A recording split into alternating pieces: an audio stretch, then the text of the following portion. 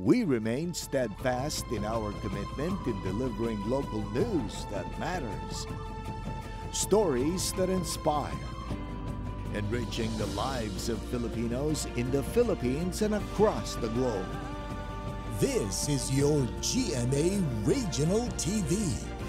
Buong puso para sa Pilipino. Ito ang inyong Regional TV News. Magandang araw, ito ang inyong Regional TV News. Hatid namin ang mga pinakamalalaki at pinakauling balita mula sa Luzon. Ako po si Chris Zuniga. Mula rito sa Visayas, ako po si Cecil Kibod Castro. At mula naman dito sa Mindanao, ako po si Sara Hilomen Velasco. Umani ng reaksyon mula sa mga magsasaka at retailer ang pagpapatupad ng price ceiling sa bigas mula sa iba't ibang rehiyon. Ang detalye sa live report ni Paul Hernandez ng GMA Regional TV, Balitang Southern Tagalog. Paul? Chris, sa pagsisimula nga ng pagpapatupad ng price ceiling sa bigas ay may ilang tindahan na sumusunod dito. Samantala kasabay niyan ay yung sentimiento naman ng ilang magsasaka na dapat pa raw mapababa yung presyo ng pataba. Sa Abra, hindi raw nagbebenta ang ilang rice retailers ng regular milled rice na mabibili ng 41 pesos at well-milled rice na mabibili ng 45 pesos dahil wala pa silang mapagkuhanan ng supply sa mga nasabing klase ng bigas. Nananatiling mga premium grade rice ang kanilang paninda na ang presyo ay 52 pesos hanggang 56 pesos ang kada kilo. Doble dagok naman daw sa mga magsasaka sa Ilocos Norte ang price ceiling dahil hindi pa rin daw nila nababawi ang kanilang gasto sa mga nasirang palay bunsod ng nagdaang bagyo. Mahigpit ang monitoring ng lokal na pamahalaan ng Gapan City sa pagpapatupad ng price ceiling sa bigas. Katuwang ng LGU ang DTI at DA sa monitoring. Sumunod naman ang mga rice retailers sa pamilihang bayan ng San Leonardo, Nueva Ecija. Sa Pampanga, hirap din ang sitwasyon ng mga magsasaka. 2 linggo na raw silang hindi nagtanim dahil sa baha na dulot ng walang tigil na ulan at wala na rin daw kita. Apektado sila sa price ceiling ng bigas na iniutos ng pamahalaan. Inaasahan na raw ng mga magsasaka sa Pangasinan ang pagkalugi dahil sa pagpapatupad ng price ceiling. Nananatili kasing mataas ang presyo ng pataba. Papabor lamang daw sa kanila ang price ceiling kung bababa ang presyo ng pataba. Sa Isabela, nangangamba ang mga magsasaka na bagsak presyo ang bili ng mga traders sa palay dahil sa price ceiling. Nasa 16 pesos hanggang 23 pesos daw kada kilo ang bili ng mga traders sa kanilang palay na posibleng bababa pa dahil sa price cap. Ang ilang rice retailers sa Batangas, pikit mata na lang daw na ibinagsak sa 45 at 41 pesos ang well-milled at regular milled rice. Ikinabigla rin ng Grain Retailers Confederation of the Philippines ang EO number 39. Para sa grupo, tila hindi nabigyang konsiderasyon at boses ang mga nagtitinda ng bigas. Sad-sad sa pagkalugi raw ang aabuti nila. Mahal ang kanilang puunan, 50. Pilit natin magbenta ng 45, yan ay batas. Itukulong ba natin yan o paano? Di ba? Kawawa naman. Pwede naman tayo mag-usap ng mas mahinahon. Ayon naman sa mga magsasaka sa Camarines Sur, hindi ang price ceiling ang solusyon sa problema ng pagtaas ng presyo ng bigas. Problema kasi nila ang mataas na presyo ng pataba at agricultural services. Hiling nila ngayon na mabigyan sila ng ayuda ng gobyerno para mas lumago ang produksyon ng bigas. Sa Kalinan Public Market sa Davao City, may iilang tindahan na nagpatupad ng price cap sa regular at well-milled rice, ngunit mas mababa umano ang kalidad ng bigas kung ikukumpara sa mamahaling klase. Chris, sinabi naman sa atin ng DA Calabarzon Region na may grupo o team sila na umiikot sa iba't ibang pamilihan para nga ma-monitor kung nasusunod nga yung price ceiling sa bigas. At yan muna ang latest mula rito sa Batangas. Chris. Maraming salamat, Paul Hernandez ng GMA Regional TV, Balitang Southern Tagalog. Nalubog sa baha ang nasa 200 hektarya ng palayan sa Nasugbu, Batangas, bunsod ng pag-ulan. Narito ang report ni Denise Abante ng GMA Regional TV, Balitang Southern Tagalog. Isang malaking dagok daw para sa 50 anyos na si Maribel ang naranasang pag-ulan at pagbaha dala ng habagat na pinalakas ng bagyong Goring at Hana nitong mga nakaraang araw. Nasa 4 na ektarya na kasi ng lupang kanilang sinasaka ang nalubog sa baha. Mapipilitan na lang daw siya ngayon na maghanap ng ibang mapagkakakitaan para may maipangkain sa pamilya. Magtiis po munang mamasukan, baka po by October pa po uli kami magsimulang magpaararo ng aming bukid. Makakapagpatanim kami ng October, November, ay February na po uli kami kakain pagka po gayong katagal. Ayon sa Municipal Agriculture Office ng Nasugbu, nasa 182 magsasaka sa bayan ang apektado matapos malubog sa baha ang mahigit 200 ektaryang sakahan. Ayon sa Nasugbu LGU, nakahanda ang ayudang ibibigay sa mga apektadong magsasaka. Nagpo-purchase naman po kami ng ibang intervention na pwede naman ibigay sa rice farmer. Inula lang muna namin yung rice farmer. Meron din kaming inaantay na yung PR namin na dumating. Meron din naman po kaming ibang ahensya ng gobyerno na tumutulong po dito sa amin po sa lokal na pamahalaan. Samantala, umaasa naman ang ilang may-ari ng sakahan tulad ni Patricio na masusolusyonan ang umano'y maliit na daluyan ng tubig sa sakahan. Kasi maliit lang, isa lang siya. Tapos yung lahat ng mula sa taas, dito yung bagsak sa amin. Huwag mo naayos po yun. Siguro mas mabilis yung baba ng tubig. Pero may tubig pa rin. Ayon sa mga may-ari ng sakahan, posibleng tumagal lamang ng 3 hanggang 4 na araw ang baha sa kanilang sakahan sakaling mapalakihan ang daluyan ng tubig. Pinag-aaralan na rin daw ng Nasugbu LGU ang hakbang na ito. Sa ngayon, humuhupa na raw ang baha sa lugar. Mula sa GMA Regional TV, Balitang Southern Tagalog, Denise Abante. Nagbabalita para sa GMA Integrated News. Patay ang incumbent barangay chairman sa Taal, Batangas matapos pagbabarilin sa harap ng barangay hall. Tutukan sa report ni Paul Hernandez ng GMA Regional TV Balitang Southern Tagalog. Tingnan ang pagdaan ng mga sasakyan sa kalsadang ito sa Barangay Poblasyon Zone 10 sa Taal, Batangas. Hanggang isang motorsiklo ang tumabi saglit at maya-maya'y tila may tinatambangan ng backrider. Pinagbabaril na pala noon si Barangay Chairman Erasmo Hernandez na nakaupo lang sa parking lot sa tapat ng barangay hall. Nadala pa raw sa ospital ang punong barangay ngunit idiniklarang dead on arrival. May tama po sa leeg, lampas sa ulo. 6 po ang tama niya, may tama pa sa tiyan. Kakandidato pa raw sana sa Barangay and SK Elections 2023 si Hernandez. Nangyari ang pananambang ilang araw lang bago natapos ang COC filing para sa BSKE. Sinisilip ng pulisya ang lahat ng posibleng anggulo sa krimen. Tayo rin ay naghahanap pa rin ng ibang impormasyon. Mali mo, baka mayroon naman ito sa hindi sa pagtakbo or may personal siyang problema na yun po yung ating ginagawa sa ngayon. Ayon sa mga kasamahan sa barangay at pamilya, wala raw nakakaalita ng biktima. Madaling lapitan at palakaibigan daw ito.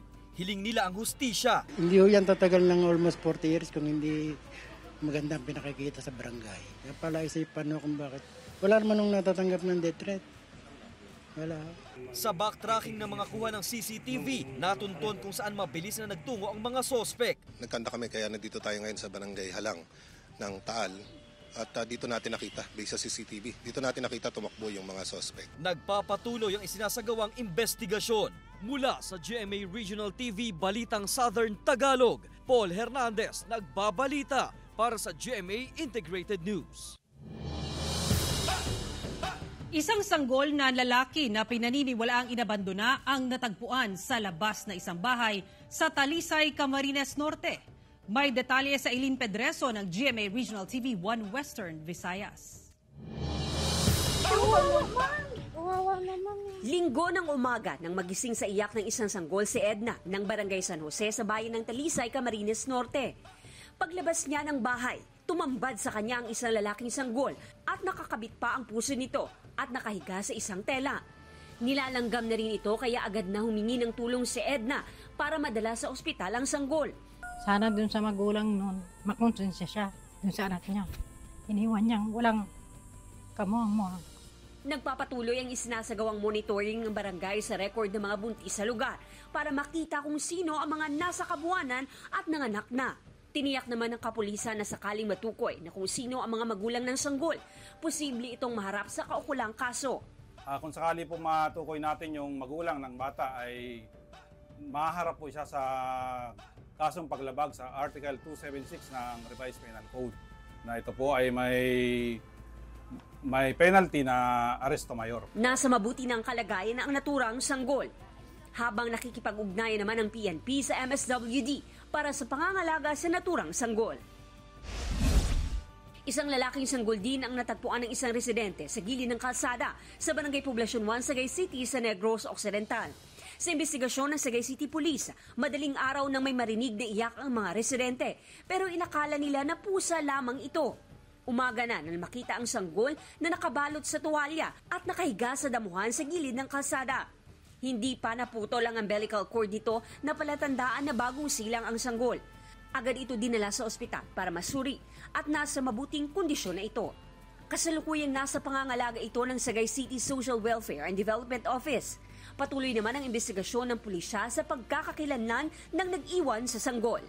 Mula sa GMA Regional TV 1 Western Visayas, Aileen Pedreso, nagbabalita para sa GMA Integrated News.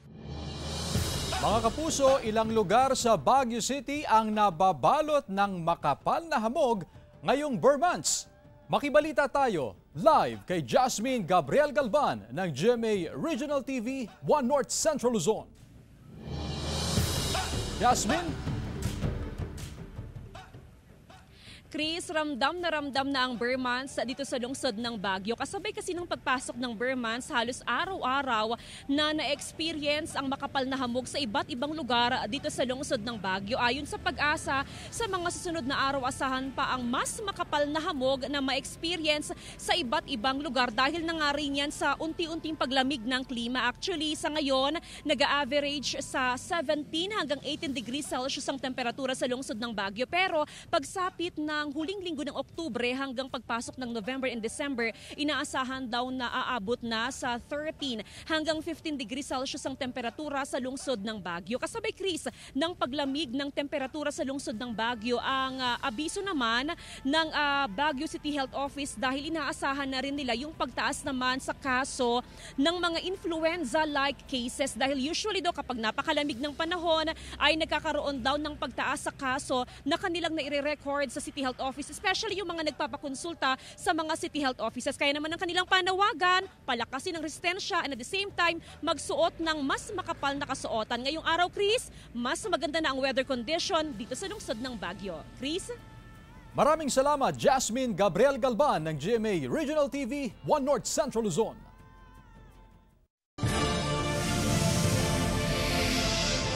Ito ang inyong Regional TV News.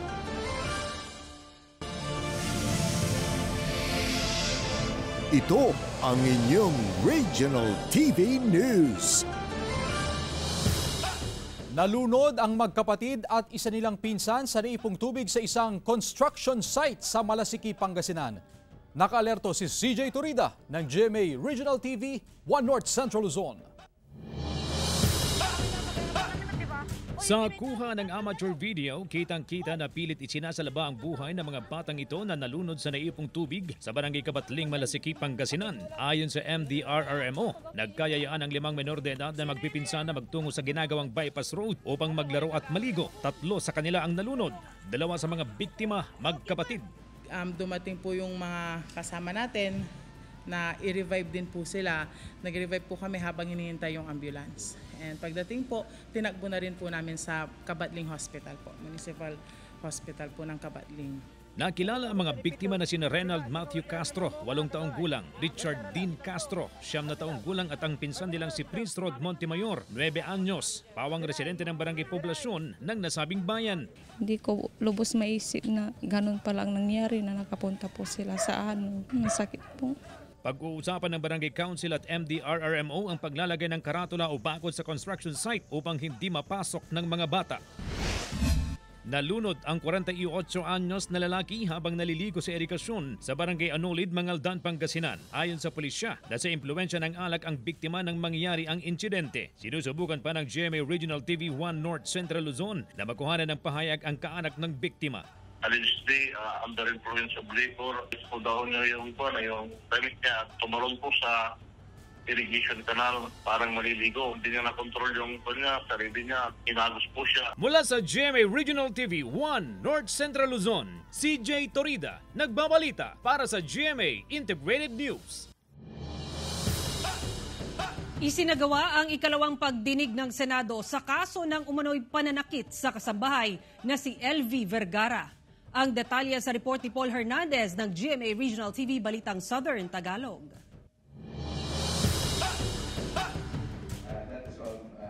Dumalo sa ikalawang pagdinig ng Committee on Justice and Human Rights sa Senado ang mag-asawang Jerry at Franz Ruiz, ang dating mga amo ng kasambahay na si LV Vergara na umano'y paulit-ulit na sinaktan at binugbog. Mariing itinanggi ng mag-asawa ang paratang. Sanhi umano ng pag-aaway ng mga kapwa kasambahay ang mga tinamong sugat ni Vergara. Yung mga sugat niya po, yun tamad po siya maligo. Minsan inaabot ng apat na araw, 5 araw siya maligo. Tapos po, yung mga sugat-sugat po niya na yan, nakakamot niya po. Ba't ka kung may ganyang ka, Ate LV, nag-away po kami, sinuntok po ako ni GM, sabi niya po. Pinagharap ko po silang dalawa, bakit mo ako sinuntok ang Ate LV? Sabi niya po, paano ate, ginamit niya lahat ng gamit ko. Pag uwi ko dito, lahat ng damit ko ginawa niyang basahan. Sabi, hindi lang po yan ate, hindi lang ako nagsasabi sa inyo, pinapasok niya rin ako sa kwarto. Tinatyakan ko pa nga yan, pinasok ako sa kwarto. Ba't ngayon ko lang ako nalalaman yan? Ano Ate LV, ang masasabi mo dyan? Ay sorry GM, sabi niya, hindi ko na ulitin. Pero nasaktan niyo siya? Hindi po. Kahit kailan? Opo. Wala katotohanan po yan. Wala pong kaaway doon.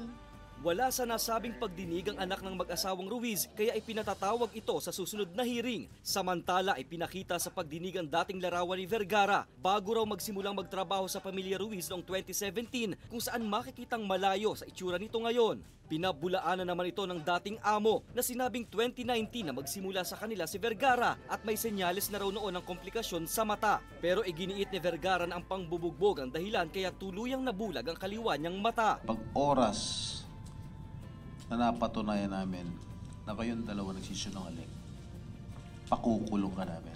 Gumugulong na ang parallel investigation nito ayon sa Commission on Human Rights. Mula sa GMA Regional TV Balitang Southern Tagalog, Paul Hernandez nagbabalita para sa GMA Integrated News. Nararanasan ang 3 hanggang 4 na talampakang antas na baha sa ilang lugar sa Pampanga. Ang detalye sa report ni Claire Lacanilaw ng GMA Regional TV 1 North Central, Luzon. Umaabot sa 1 hanggang 2 talampakan sa Barangay San Agustin, Candaba, Pampanga. Ang ilang purok tulad ng purok 4 hanggang purok 7, nasa 3 hanggang 4 na talampakan na ang antas ng baha. Binabantayan ng mga otoridad ang antas ng tubig sa Candaba Swamp. Makikita sa drone video ng residenteng si Dexter Perez ang malawakan na pagbaha sa Barangay Talibao, Kalasyaw, Pangasinan.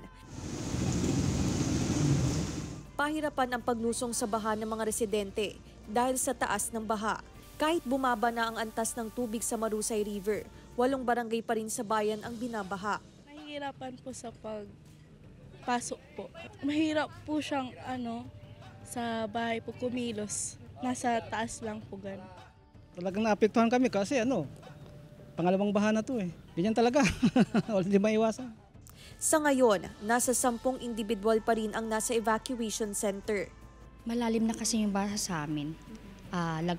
Papunta na sa lagpas puson na. Kaya lumikas kami. Baka may tending tumaas pa. Kaya natatakot kami para sa mga bata. Wala po kayong mapagsiyaran doon, ma'am. Lubog po yung CR po namin. Tsaka wala rin po kaming dadaanan nun. Tsaka baka yung mga anak po namin mahulog po sa baha. Ayon sa Kalasyaw Municipal Disaster Risk Reduction and Management Office, may ilang barangay road ang hindi passable dahil sa baha. Patuloy ang pag-iikot ng Kalasyaw MDRRMO sa mga barangay maging sa mga binahang paaralan sa bayan. Sa ngayon po, patuloy ang ating koordinasyon sa mga barangay at the same time sa mga school heads po. Dahil meron pong mga schools kasi na affected ng baha, kaya po meron pa rin po tayong kanselasyon ng pasok.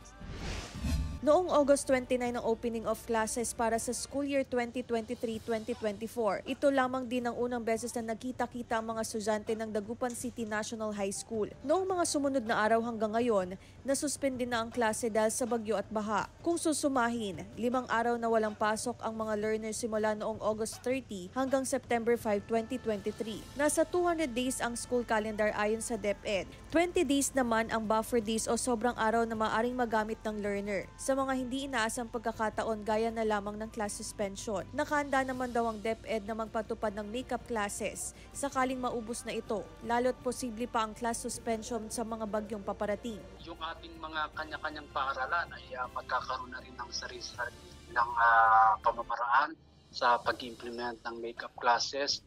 Pwede itong gawin ng araw ng Sabado kung may mga aralin sila na kinakailangan ang in-person classes ng Sabado ay maaari nilang gawin ito. Maaari din namang modular distance learning kapag Sabado. Mula sa GMA Regional TV 1 North Central Luzon, Claire Lacanilaw, nagbabalita para sa GMA Integrated News. Nasa labas na ng Philippine Area of Responsibility ang Bagyong Ineng ayon sa Pag-asa. Narito ang report.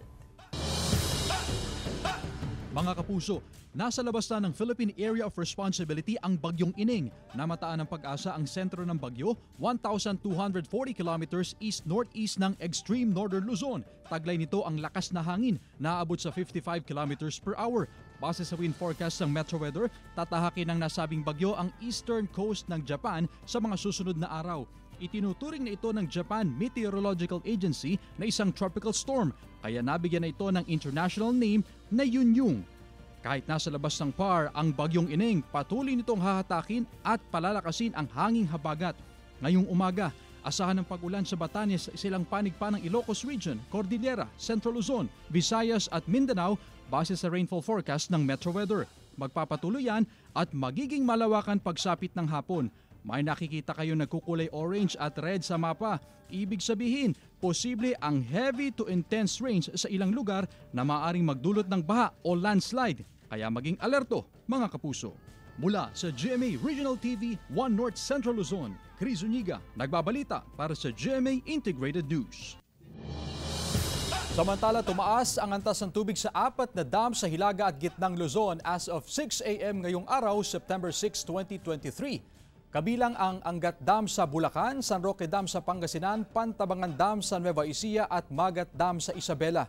Samantala, bumaba naman ang antas ng Ipod Dam sa Bulacan at ang Ambuklaw at Binga Dam sa Benguet. Patuloy na minomonitor ng Pag-asa ang mga dam sa Luzon dahil sa nararanasang pag-ulan na bunsod ng habagat.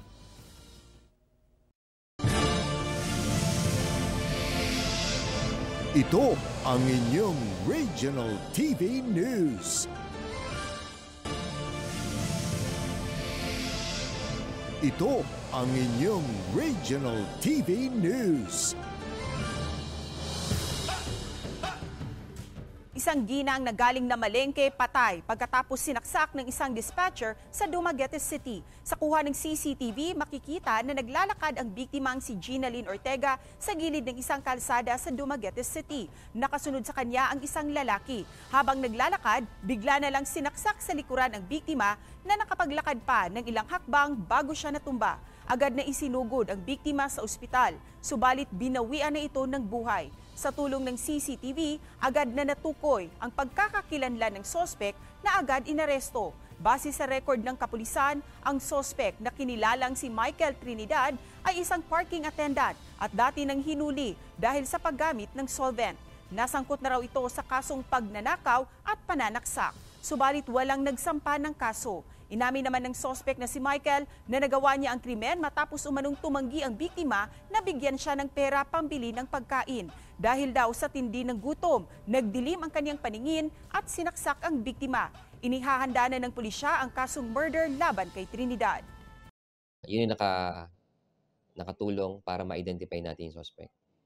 And through that CCTV, we were able to coordinate, locate itong suspect. Yeah. Natukoy na ng pulis ang mga sospek na nagpaputok ng baril sa COC filing sa Malabang, Lanao del Sur. Nakatutok si James Paloyap ng GMA Regional TV 1 Mindanao.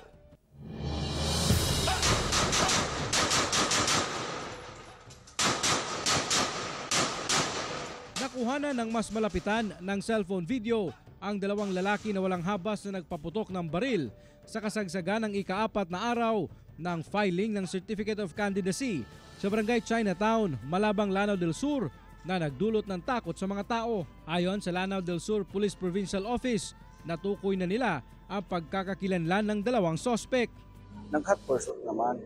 Kaso siyempre yung pagputo, nagtago at nakita naman ninyo yung mga kabahayan dito. Ang dami. So, hindi naman basta papasukin yun. Anyway, yun nga, na-identify na siya at sabi ko, hinahanda na yung kaso. Naglabas ng memorandum order ang COMELEC Central Office na nag-aatas sa COMELEC BARM at mga law enforcement unit para sa agarang pagkakadakip sa dalawang sospek. Siniguro naman ng mga sundalo na nanumbalik na ang peace and order sa Malabang at iba pang bahagi ng probinsya. Umikot na tayo sa buong dito, especially dito sa 2nd District. Galing na po tayo sa Pualas, galing na po tayo sa Pagayawan. At normal yung pag-file ng certificate of candidacy ng mga aspirant doon. Mula sa GMA Regional TV 1 Mindanao, James Pauliap, nagbabalita para sa GMA Integrated News. Sa mga kapuso natin dyan na mahilig sa pansit, isang kakaibang klase na luto ng pansit ang ibinibida ngayon sa Pasukin, Ilocos Norte. Ito ang pansit buko. Ating lasapin ang linamnam ng pansit buko sa report na ito. Isa ang Ilocos Norte sa may masaganang taniman ng niyog. Kaya naman iba't ibang pagkain ang nagagawa mula sa buko. Sa Pasukin, Ilocos Norte, bida ang pagkaing pansit buko. Para mabuo ito, kinakailangan ang kinayod na buko na pangunahing sangkap. Kailangan din ng repolyo, carrots, sayote, green beans, hipon at pusit at syempre ang mga condiments o pampalasa. Sa pagluluto, magpainit ng kawali at lagyan ng mantika. Pag-isa ng bawang at sibuyas at isunod ang seafoods. Itabi ito kapag luto na. Isusunod na igisa ang mga gulay. At kapag malapit ng maluto, ilagay ang condiments o pampalasa. At syempre, ang pangunahing sangkap, ang kinayod na buko. Kapag luto na, isalin ito, ihanda na ang plating at lagyan ng toppings at mga sahog na seafoods. Ito na po ang aming pinagmamalaking pansit buko ng Ilocos Norte. Sa mga Ilocano po dyan na nanonood, subukan po natin ang pansit buko. Sigurado pong hindi po kayo magsisisi. Siniguro ni Chef Christian, magugustuhan ng mga kapwa Ilocano at mga turista ang pansit buko kapag natikman nila ito. Yung texture niya po is mas soft siya sa normal na pansit. Mula sa GMA Regional TV 1 North Central Luzon, Chris Zuniga, nagbabalita para sa GMA Integrated News. Samantala, mapapanood niyo po ang episode na ito sa official website ng GMA Regional TV, www.gmaregionaltv.com. Pwede rin kayong bumisita sa aming official YouTube channel, GMA Regional TV, at i-click ang subscribe button para sa pinakamainit na balita mula sa mga rehiyon. Nais naming pasalamatan ang mga kapuso sa iba't ibang panig ng Pilipinas, maging ang mga kapuso natin abroad. Dahil sa GMA Regional TV, Local News Matters. Kami ang Regional TV News, buong puwersa para sa mas malaking misyon at mas malawak na paglilingkod sa bayan.